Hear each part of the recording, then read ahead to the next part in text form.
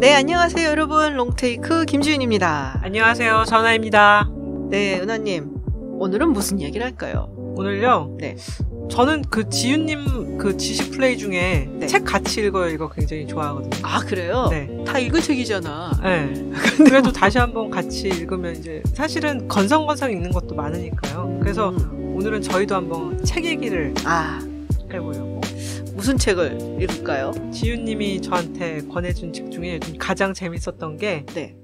상하이의 유대인 제국 이었는데 사실은 지윤님 맨 처음에 권해줄 때는 내가 이것도 이러면서 했는데 엄청 재밌더라고요.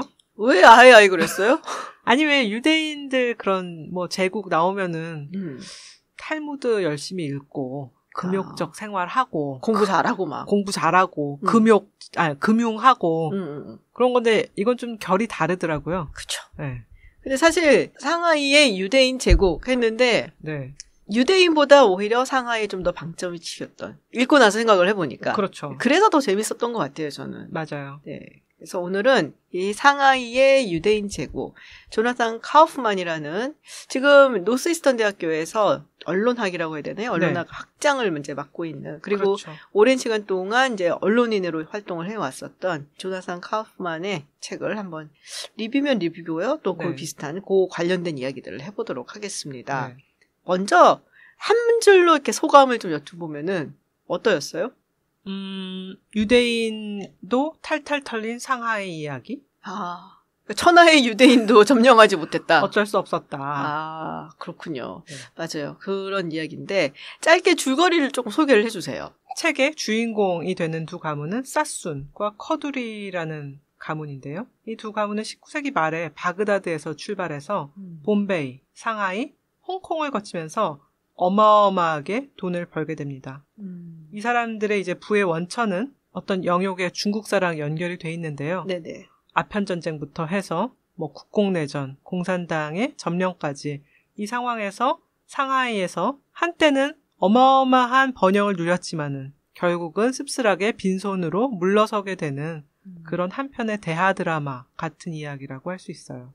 자, 우리가 유대인 하면 이제 디아스포라 그래갖고 이렇게 흩어져서 살게 되잖아요. 맞아요. 보통 얘기하는 게 또 이베리아 반도 쪽에 넘어간 유대인들, 뭐 세파르딤이라고 하죠, 보통. 그런 유대인도 있고, 그리고 이제 동유럽 쪽의 유대인들, 이제 아스케나즘이라고 얘기를 하고, 근데 그 사람들이 굉장히 많이 나중에 이제 또 미국으로 건너와서 지금 제가 알기로는 이 뉴욕이 이스라엘을 빼고 아마 가장 많은 유대인들이 사는 도시일 거예요. 그래요? 네, 전 세계에서. 그래서 굉장히 이제 많은 사람들이 이제 미국에 건너와서 살게 되고, 그리고 조금 있으면 개봉을 할 오펜하이머 같은 경우도 영화 속의 주인공 오펜하이머도 그렇게 건너온 이제 이민자의 후손이죠. 근데 그렇게 유럽에서 살았었던 유대인 이야기는 되게 많이 들어봤거든요.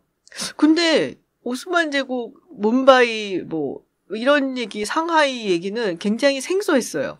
이 책에서 그래서 제가 가장 인상적인 부분 중에 하나가 그 사순 가문을 번성시킨 1세대라고 할 수 있는 데이빗 사순 사진이 있거든요. 근데 완전히 그 바그다드 전통 복장, 이슬람 복식을 하고 사진을 찍어서 지금은 이슬람과 주이시 뭔가 이렇게 굉장히 먼 느낌이잖아요. 그쵸. 그래서 책을 봤더니 바그다드에서 굉장히 오랫동안 좋은 대우를 받으면서 번성을 했다고 해요. 그 바그다드? 그러면 알리바바와 신바트가 활약하는 이슬람 문화와 인샬라. 그렇죠. 상거래의 중심지인데 물론 기회의 땅인데 여기서 유대인까지도 이렇게 한 몫을 차지하고 있었구나라는 것을 읽고 정말 흥미로웠어요. 네. 그러고 나서 인도로 건너가게 되잖아요. 그렇죠. 이슬람 원리주의가 득세를 하면서 반유대 정책을 펴는 오스만 제국 일당들이 들어서면서 야반 도주를 거의 하게 되는데 인도를 건너가서는 이 사람들이 면화를 인도에서 수급을 해서 그거를 영국에 수출하면은 영국의 면직물 공장에서 그것을 이제 면직물로 가공하면 제품의 형태로 싣고 나오는 그런 이제 중개무역이나 그런 것들을 담당하면서 봄베이에서도 귀족의 반열에 올랐다고 할 정도로 이제 큰 부를 이루게 되었다 해요. 그런데 왜 상하이로 건너오게 된 거냐? 그거 거기서 잘 살다가. 그때 이제 인도에서 이제 물건을 실어 날르면서 상하이가 이제 점점 오픈이 되니까 그 물건을 거기다 풀어놓게 됐는데 그 물건 중에 하나가 난징 조약의 시초가 되는 아편이죠. 사실 아편이 인도 그런 쪽에서 많이 재배가 되니까 그것을 상하이로 실어와서 이제 팔게 되었던 거죠. 근데 영국 정부가 그거를 음으로 양으로 또 지원을 하기도 했고요. 그게 이제 아까 인도하고 얘기를 하셔갖고서는 이제 생각이 난 건데, 사실 원래 이제 영국이 계획을 했었던 거는 인도에서 면화를 떼갖고선 중국에 팔고, 그래서 그 돈을 이제 벌고, 이제 그런 생각을 했었거든요. 인도가 자기네 식민지니까. 그렇죠. 근데 생각보다 이 중국 사람들이 면화를 안 사는 거예요. 근데 그 반면에 영국이라든지 대륙 유럽이라든지 이런 데서는 또 시노아즈 해갖고, 중국풍, 뭐 자기라든지 뭐 이런 거, 그림이라든지 이런 게 엄청나게 인기를 얻고, 티라든지 찻잔 막 이런 것들. 그래서 오히려 이제 영국의 돈이 빠져나가는 거죠, 은이. 그렇죠. 그러니까 그걸 보고서 이게 우리가 계획했던 게 아닌데?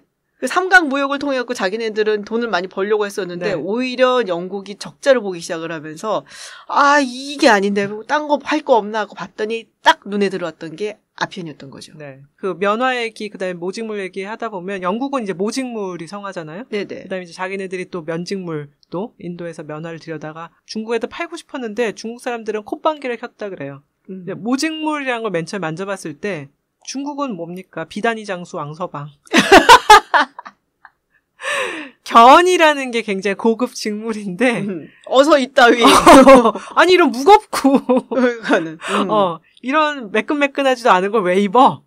이러면서 뭐 고급 모직물이나 이런 데 대해서 별 관심을 안 기울였다고 해요. 그러니까 영국은 사실 모직물, 뭐 면직물 이런 것들이 굉장히 성한 산업혁명 이후에 오히려 이제 영국에서는 뭐 중국의 어떤 뭐 자기라든지 그림이라든지 차라든지 이런 걸 자꾸 들이게 되고 무역 적자를 보게 된 거죠. 그렇죠. 그렇다고 아편을 파냐? 그러니까 그거는 정말 굉장히 비인도적인 아직까지도 사실은 그 영국이 그렇죠. 영국의 뭐 식민 제국주의 하면은 가장 비판을 많이 받는 것 중에 하나가 사실은 아편 전쟁이다. 맞습니다. 그 중심에서 사실 돈을 엄청나게 벌었던 가문이 사순 가문이죠. 70%를 사순 가문에서 거의 나중에 독점을 하게 되고요. 사실은 사순 가문은 아편 거래를 통해서 영국에서도 이제 귀족의 반열에 오르게 되는 기회를 잡게 되죠. 그러면 이 사순 가문이나 커두리 가문, 이 두 가문이 나오는데 이 두 가문의 어떤 흔적이라든지 뭐 유적이라고 하면 좀 이상하지만 이런 어떤 유산 같은 것들이 상하이하고 홍콩에 남아있나요? 이 책을 읽으면서 또 되게 재밌었던 게 그거예요. 지금은 HSBC라고 하는 글로벌한 금융기관. 근데 옛날에는 홍콩 샹하이 뱅크라 그랬거든요. 홍샹은행. 홍샹. 지금 홍콩 여행 가면 아직도 사람들이 이제 줄 서서 애프터눈 티 마신다고 하는 페닌슐라 호텔. 애프터눈 티 같은 거는 영국식이잖아요, 사실. 그렇죠. 그거를 이제 세우고 또는 아직도 이제 소유하고 있는 가문이 바로 사순과 커두리인데요. 이제 홍콩 샹하이 은행의 창업 멤버 중에 하나가 사순 가문이었고요. 그다음에 페닌슐라 호텔을 아직도 이제 소유하고 있는 가문이 커두리인 거죠. 그렇군요. 이 사람들이 특이하게 1920, 30년대 그 상하이에서는 부동산 사업을 많이 했어요.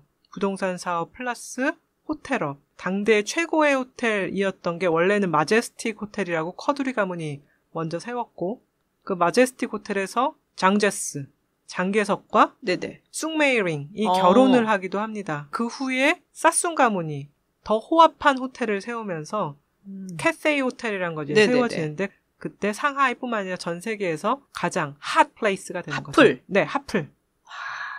그렇군요. 근데 굉장히 흥미로운 게 우리가 보통 유대인들이 이제 유럽에서 정착하거나 혹은 살거나 했을 때 금융 쪽에 굉장히 종사를 많이 했다 얘기를 하잖아요. 일단은 기독교 원리에서 이제 뭐 금융 돈 주고서는 이제 막 이자 붙여갖고 받아갖고 뭐 고금리 뭐 이런 거는 금지하고 있고 때문에 그래서 이제 유대인들이 그 남은 일들을 했다라는 이야기가 있고 또 하나는 이제 부동산을 했다가 언제 어느 시점에서 갑자기 유대인에 대한 박해가 떨어질지 모르니까 빨리 이제 야반도주하고 뛰려면은 부동산은 사실 불리한 거니까 그래서 금융 쪽에 손을 댔다는 얘기도 있고 기본적으로 유대인들한테 땅을 소유하기 사실 안 한 경우가 많았기 때문에 근데 여기서 부동산을 했다는 게 되게 특이했어요.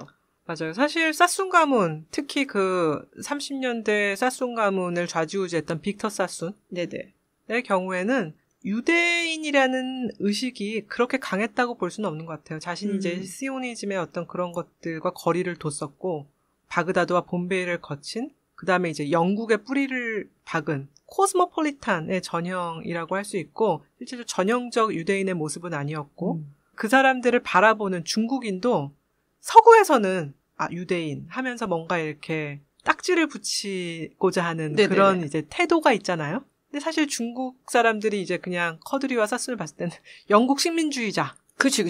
유럽 사람들. 그치. 그런 식으로 봤지, 뭐, 이 사람들이 유대인이다를 잘 알지도 못했고, 뭐, 차별화해서 보는 눈도 없었다고 해요. 되게 흥미로웠던 거는, 여기서 그렇게 설명하더라고요. 사손 가문에 대해서. 저 벼락부자 졸부 로스차일드. 너무 그렇죠. 웃겼어요. 그래서 로스차일드가 네. 이분들한테는 쫄부구나 라는 생각을 했었습니다. 그래서 사실 이 책은 이 두 가문이 겪은 어떤 영욕의 세월도 있고 굉장히 네. 뭐랄까요, 화려했던 날들과 그리고 또 약간 뭐 허물어져가는 그런 세월, 그리고 어떻게 또 재기를 했는가, 뭐 이런 이야기들이 쭉 나와 있긴 한데, 사실 저도 그렇고 우리 은하님이 재밌다라고, 뭐 흥미롭다라고 봤던 포인트는 가문도 가문이지만 이 샹하이라는 곳이 네. 아니었을까 싶어요. 사실 카우프만이 그 서문의 네. 책의 주인공 중에 하나가 영욕의 세월을 거치면서 투쟁하고 번성한 도시 상하이가 주인공의 하나다라는 것처럼 하나의 생물 같은 곳이죠. 그러니까 살아 숨쉬는, 퍼덕퍼덕 숨쉬는 단지 배경으로 머물지 않는 곳이 바로 이 책의 상하이라고 할 수 있습니다. 그래서 상하이는 어떤 곳인가요? 상하이요? 네. 상하이는 사실은 굉장히 보잘것없는 출발을 했죠. 중국의 4대 고대 도시 어디죠? 일단 뭐 베이징 들어갔고, 그렇죠. 난징, 맞아요. 시안, 그리고 또 하나 뭐예요? 러양, 낙양이라고 그러죠. 여러 가지 제국들이나 이제 나라들의 수도를 다 거친 데인데, 상하이는 사실은 그 난징 조약으로 개항을 하기 전까지는 그냥 보잘것없는 작은 항구 도시에 네네네. 불과했죠. 그러던 도시가 개방을 하고 외국인들이 모이면서 어마어마하게 발전을 하게 되는데, 여기에 이제 특이한 시스템 중에 하나가 조개라는 거죠. 아편전쟁 결과로 이제 난징 조약이 나왔고, 난징 조약에서 5개 항구를 개방하는데 그 중에 상하이가 들어갔고, 맞아요. 그리고서 이제 조개라는 거를, 거기서는 일종의 외국 사람들이 거기에 침해법권이라는 거잖아요. 그렇죠. 사실은 그 난징 조약으로 점유권이 넘어간 곳은 홍콩이죠. 저희가 잘 아는. 상하이는 계속 중국 땅이었어요. 네. 네. 중국의 땅이지만 실제로 그것을 지배하던 사람들, 거기에 행정 체계를 좌지우지하던 사람들은 외국인, 거기 그 중에서도 영국인인 거죠. 그렇기 때문에 그 외국인들이 와서 좀 더 자유롭게, 좀 더 자기네들의 어떤 법령과 일치하는 사법 체계 하에서 활동을 할 수 있었고요. 또 이게 관할이 애매하다 보니까 온갖 중국의 정치범들이 여기에 다 모여들게 되면서 중국 공산당도 사실 여기서 세워지고. 맞아요. 1921년에. 네, 거기서. 우리나라 사실 상해 임시정부도. 맞아요. 그 조계지에서 이제 하는 것처럼 온갖 사람들이 모여서 북적북적 되는 드라마를 만들어내는 곳이 된 거죠. 또 하나 이제 보면은 중국의 이제 최고 부자 가문이라고 할 수 있는 전설의 가문인 숭씨 가문이 있어요. 숭? 예. 지금 뭐 숭 다이내스티라고도 이제 가끔 하는데 거기 유명한 세 딸들이 있죠. 아이링, 칭링, 메이링. 아까 말했던 장제스의 부인이 되는 셋째 딸 메이링이 있고, 순원의 그렇죠. 네, 중국의 되는. 국부라고 하죠. 네. 국부라고 하는 이제 순원의 부인이 되는 둘째 딸 칭링. 그 다음에 옆에서 메이링을 거의 뒤에서 쥐락펴락한 첫째 언니 아이링은 이제 쿵샹시에게 시집을 가서 그 장제스 가문의 돈을 관할하게 되는데, 그 가문도 사실 상하이에서 출발을 하게 되는 거예요. 그렇게 되면은 이제 상하이는 돈과 권력이 모두 숨쉬는 도시가 되는 거죠. 그래서 지금도 가보면은 상당히 서구적인 느낌도 들면서, 맞아요. 그러면서 중국이기도 하고, 그리고 이 책에서도 아주 중심적으로 많이 나오는 와이탄 거리. 네. 되게 매력적이잖아요. 동방명주가 서 있는. 동방명주는 매력적인지 잘 모르겠어요. 커갖고. 네. 저건 너무 뾰족하니 커 있어서. 근데 그 와이탄 거리라든지 이런 데 걸으면은 여기가 중국은 아닌 것 같아 라는 느낌이 들 정도로 맞아요. 굉장히 묘한 매력이 있는 곳이기도 하죠. 1930년대 빅터 사순이 이제 자신의 랜드마크인 캐세이 호텔을 세웠을 당시에는 전 세계에서 좀 한다 하는 사람이면 상하이 한번 찍고 와야 돼. 이랬다고 해요. 그래서 사실 캐세이 호텔에 머물렀던 이제 손님 중에 찰리 채플린도 있고, 재즈바가 이제 있으면서 1930년대 뭐 듀크 앨링턴 이런 음악들이 흘러나오는 굉장히 최첨단 도시였습니다. 그렇군요. 네. 눈부신 발전을 하고 그게 아이러니하게도 아편 전쟁을 통해서 조개가 네. 나오고 그리고 온 세계 비즈니스맨들이 기회를 보고선 거기에 이제 뛰어들고 네. 그리고 정말 다양한 사람들이 모이기 시작을 하면서 상하이가 무럭무럭 자라나서 발전을 하고 네. 그래서 1920년대, 30년대 넘어가면서부터는 벌써 다른 세계가 돼버렸다는 거잖아요. 맞아요. 그래서 그때 이제 사순 가문이 거기에 이제 호텔을 뭐 몇 개나 세우고 이루었던 부의 규모가 5억 달러 수준. 지금 돈으로요? 아니면 예, 지금 돈으로였다는 거예요. 근데 그 5억 달러 수준이 그 자산 가치고 그 전에 뭐 임대료나 이런 걸로 끌고 간 돈이 30년대 이미 벌어간 수익의 규모가 또 5억 달러 수준. 돈이 끓는 도시였죠. 그렇군요. 그런데 금방 위기가 닥쳐요. 이제 그 다음에 운명이 바뀌는 게 일본에. 그렇죠. 진주만 폭격. 그렇죠. 근데 그 당시만 하더라도 이제 중일 전쟁이 있었고, 맞아요. 그리고 중국하고 일본하고 이제 갈등이 있고, 네. 근데 함부로 하지는 못했었는데, 진주만 폭격이 있고 나서 본격적으로 이제 전쟁이 시작이 되면서 미국하고, 그 전까지는 그냥 봐주던 이런 조계에 있는 외국인들조차 일본군이 급습을 하면서 수용소로 끌고 가고, 맞아요. 그래서 커두리 가문도 사실 수용소로 끌려가는 네. 네, 그런 신세가 돼버리죠. 이럴 때 이제 그 사순 가문은 잽싸게 해외로 도망을 쳐서 크게 욕을 보지는 않습니다. 물론 돈을 잃었지만은 크게 욕을 보지는 않습니다. 네, 근데 커두리 가문은 상당히 이제 욕을 받죠. 네. 힘들고. 네. 자, 그런데 이제 일본이 패망을 하잖아요, 결국. 그렇죠. 그러면 보통은 전쟁이 끝났으니까 이제 다시 한번 재건 사업에 들어간다면서 이렇게 해야 되는데 그게 아니었잖아요. 그 다음에는 사실은 무럭무럭 자라나던 게 바로 공산당이었죠. 그렇죠. 빅터 사순의 여자친구가 유명한 여자친구가 누구요? 있어요. 너무 많잖아. 여자친구 중 하나. 네. 에밀리 한이라는 뉴요커의 기자이기도 했고요. 저널리스트인데 중국에 발이 넓습니다. 중국어를 잘했고 냄새를 맡아요. 야, 공산당이 아무래도 크고 있어. 공산당이 국민당보다 사람들의 마음을 얻고 있어라고 애인인 빅터 사순에게 여러 차례 충고를 합니다. 국민당이 이제 정권을 잡으면서 돈이 필요하기 때문에 외국인 사업가들과 긴밀하게 협업을 할 수밖에 없잖아요. 그렇죠. 협업 관계에 있으니까 이제 눈이 머는 거죠.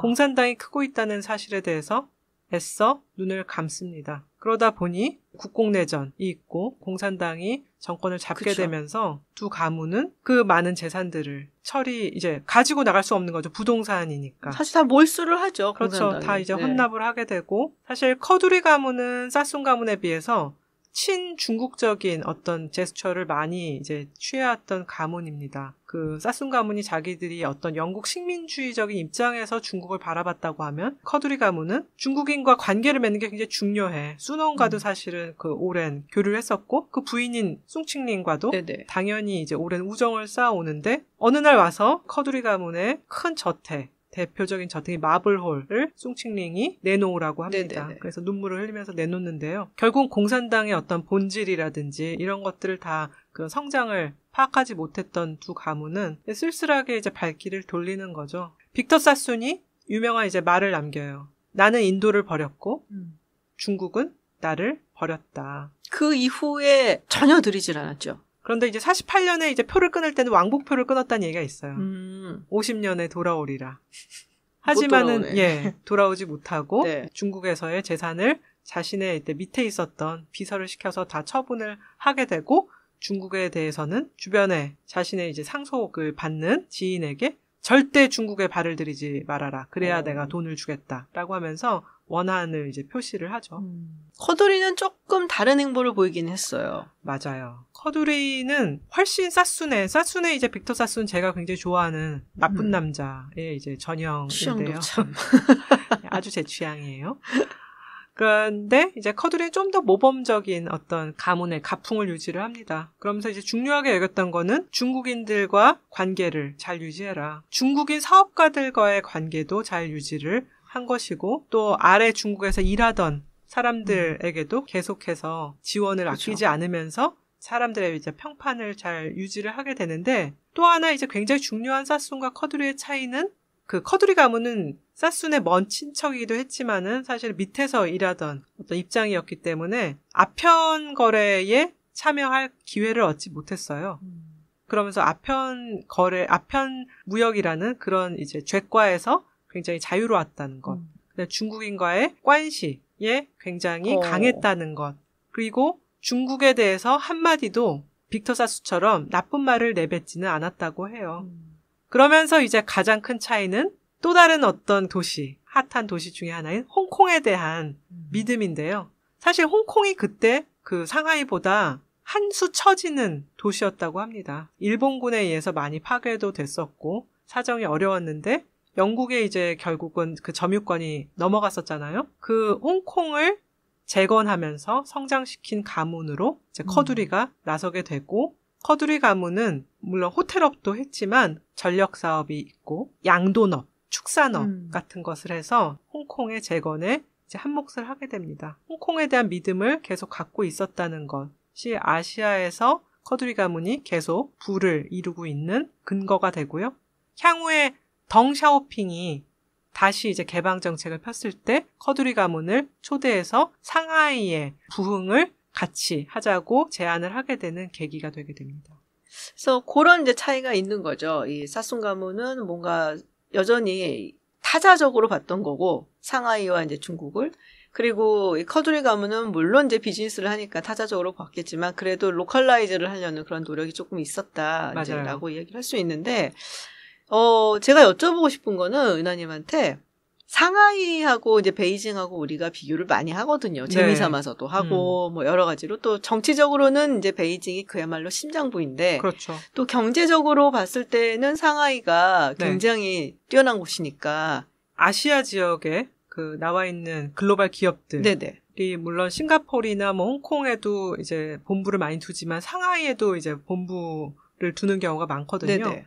다국적 기업의 사무실에 가장 많은 도시는 바로 상하이예요. 아, 베이징이 아니고. 네. 그만큼 이제 외국인에게 개방적이고 네. 인재를 구할 때 뭐 금융의 인재다 뭐 이런 경우는 베이징에서도 많이 구할 수 있겠지만은 왜요? 베이징은 아무래도 금융업이라는 거는 국가기관이랑 긴밀한 정책적으로 협의를 해야만 이제 크는 곳이니까 그렇지만 최고의 마케팅 인력은 중국의 어디서 구해야 돼? 라고 할 때는 상하이에서 구해야 하는 한국 기업들은 베이징에 이제 본부를 둔 경우가 많은데 사실 상하이에 있는 인력을 베이징까지 불러오기는 굉장히 어려운 경우도 많았어요. 뭔가 이제 유통이라든지 그런 사업을 한다면은 상하이 쪽에서 시작을 하는 것이 가장 세련미가 넘치는 도시, 세련미가 넘치고 글로벌한 감각을 가진 사람들이 있는 도시가 바로 상하이라고 할 수 있죠. 그래서 난징 사람들이 약간 억울해한대요. 난징도 이제 굉장히 오래된 고대 도시잖아요. 그렇죠. 그리고 타이완으로 건너오기 전에 이 중화민국이 난징이 수도였단 말이에요. 아, 맞아요. 네. 그래서 아주 이제 자부심이 있고 또 명나라라든지 송나라라든지 이제 한족들이 세운 나라들의 수도이기도 했고 물론 이제 명나라는 나중에 뭐 베이징으로 옮기기는 했습니다만은 그런데 지금은 중국의 3대 도시에도 들어가지가 않아요. 그러니까 뭔가 조금 자존심이 상하는 약간 억울할 수 있겠다. 그리고 저런 이제 돈만 밝히고 어떻게 보면은 졸부들이 모여 사는 상하이가 왜 뜨는 것이야 뭐 이런 생각을 한다라고도 얘기가 있고요. 아까 굉장히 세련되고 코스모폴리탄이고 그리고 외국에 개방적이다라는 얘기를 하시니까 기억이 나는 게 지금은 현대 3대 도시는 베이징, 상하이, 광저우거든요. 그렇죠. 네, 근데 세계 지역마다 특성이 있다 그러더라고요. 쇼핑을 만약에 하게 되면은 일단 이제 광저우 사람들은 굉장히 현실적이고 예전부터 상업의 중심지였기 때문에 얼마예요? 딱 그거부터 묻는데요. 아주 이제 뭐 현실 감각이 뛰어나다라는 얘기인데 베이징 사람들은 무슨 브랜드예요? 체온이 중심. 그렇죠. 이게 중요한 거지. 근데 상하이 사람들은 이게 어느 나라 브랜드예요? 라고 묻는다는 거예요. 워낙 세계에 좋은 게 많이 다 들어와 있어서 묻는 거 아닐까요? 그리고 워낙에 이제, 외국 것들에 대해서 많이 노출이 되어 있고, 어떤 게 외국이 좋은지가 뭐, 핸드백은 뭐, 프랑스야, 뭐, 옷은 뭐, 밀라노야, 막 이런 게 굉장히 익숙한 사람들이고, 또 그런 걸 좋아하다 보니까 그렇다. 뭐, 그런 얘기들이 좀 있더라고요. 그래서, 제가 알기로는 베이징하고 상하이하고 사이도 그렇게 좋지는 않습니다. 뭐 약간 라이벌리가 있겠죠, 그죠? 네, 그러니까 베이징 사람들은 이제 상하이 사람들 보고 돈밖에 없는 저 천박한 것들, 막 약간 이런 게 좀 있고 상하이 사람들은 이제 베이징 사람들을 보면서 뭐 가진 것도 없으면서 이제 허세만 부린다, 뭐 이렇게 보는 것도 있는데 정치적으로도 사실 조금 안 좋죠. 그러니까 우리가 지금 시진핑 주석이 태자당이라고 얘기를 하잖아요. 근데 후진타오 바로 전에 있었던 장점인이 상하이방이에요. 그러니까 상하이방이라고 해서 꼭 이게 무슨 뭐 어디에 모여갖고 뭘 하고 이런 건 아니지만 장점인이 원래 상하이 시장 출신이에요. 그러니까 자기가 주석 자리에 오르면서 상하이에 있는 사람들을 이제 대거 베이징으로 와서 기용을 하면서 경제력의 중심에서 정치까지 먹으려 한다라는 얘기가 좀 있었거든요.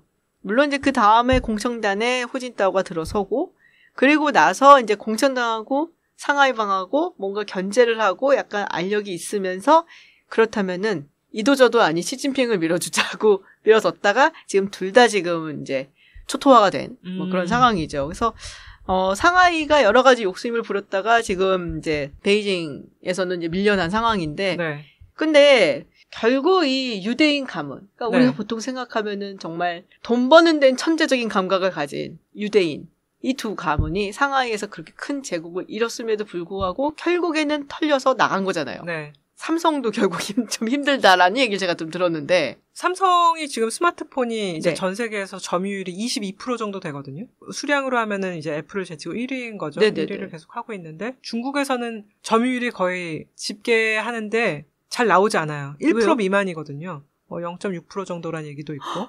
완전히 안 되고 있는 거네요, 그렇죠. 중국에서? 사실은 중국 브랜드한테 많이 주도권을 뺏긴 것도 있었죠. 화웨이, 샤오미, 네. 오포, 비보. 근데 애플은 계속 선전을 하고 있어요. 잠깐만. 그러면은 네.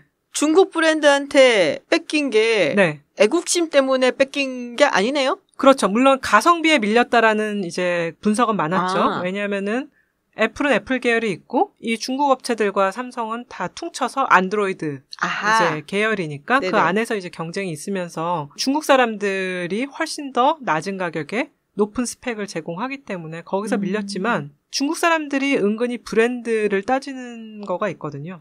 그러다 보니까 애플에 대한 사랑. 아니 그렇게 미국이랑 사이는 안 좋은데? 애플은 사랑해요? 이제는 계속 사랑을 하는 거죠. 이제 그러다 보니까 그 삼성이나 또는 네. 현대도 사실은 점유율 측면에서 굉장히 고전을 하고 있어요. 자동차. 네.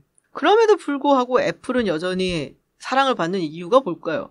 그거는 브랜드 파워가 강한 것 같아요. 이제 재밌는 것이 삼성은 훨씬 더 중국인의 입맛에 맞추려고 노력을 많이 한 면이 있는데. 그래요? 근데 왜 그래? 그렇죠. 매장을 이제 꾸민다든지 또는 뭐 연예인을 써서 광고를 한다든지. 네네. 사실 근데 애플에 대한 어떤 것들 기억해 보시면 애플은 자신들의 브랜드 자체를 굉장히 순수하게 전 세계에서 강하게 관리하는 회사죠. 그런데 오히려 그것이 중국 사람들에게 먹히는 거예요.